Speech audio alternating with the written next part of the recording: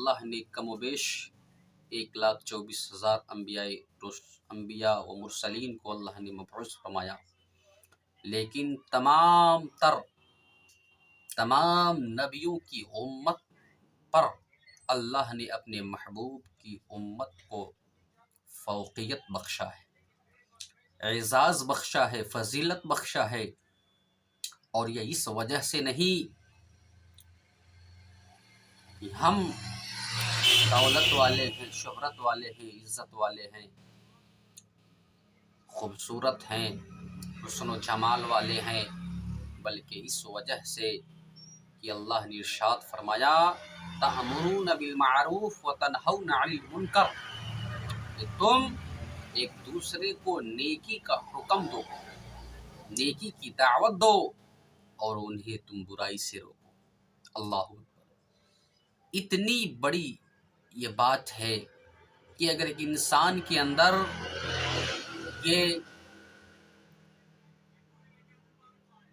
بات آ جائے اور اپنی زندگی کا یہ مشغلہ بنا لے کہ ہمیں کسی بھی موڑ پہ، کسی بھی جگہ پر،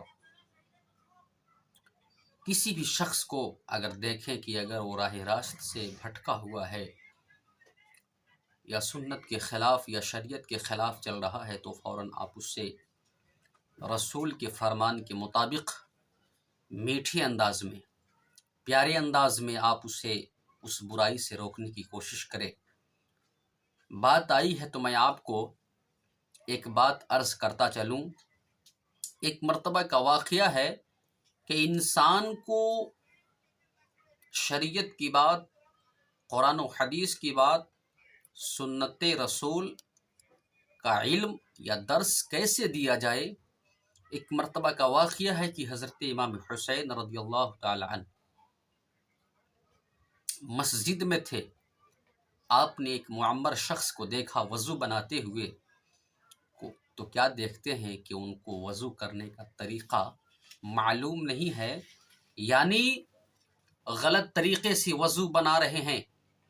آپ نے انہیں کتنے پیارے بھرے انداز میں وضو کرنے کا طریقہ سکھایا، سماعت کرے۔ آپ فرماتے ہیں کہ صاحب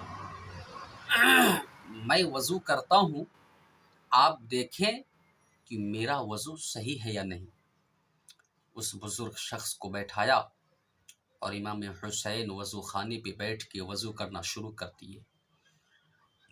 آپ نے جب وضو مکمل کیا، اس بزرگ سے پوچھا کہ بابا آپ بھلا بتائیں تو میرے وضو کرنے میں کوئی کمی تو نہیں آئی ہے؟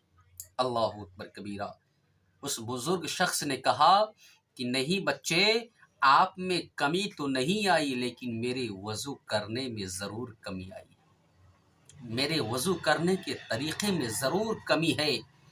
آپ نے مجھے ایک علم سکھایا ہے، ایک درس دیا ہے کہ اس دنیا میں اگر کسی ناانجان کو یا کسی شریعت کے ناآشنا کو اگر ہمیں شریعت سکھانی ہو، دین سکھانا ہو، سنت سکھانا ہو، تو کس انداز میں، کس طریقے سے ہمیں اس کے سامنے پیش آنا ہے اور کس حساب سے سکھانا ہے۔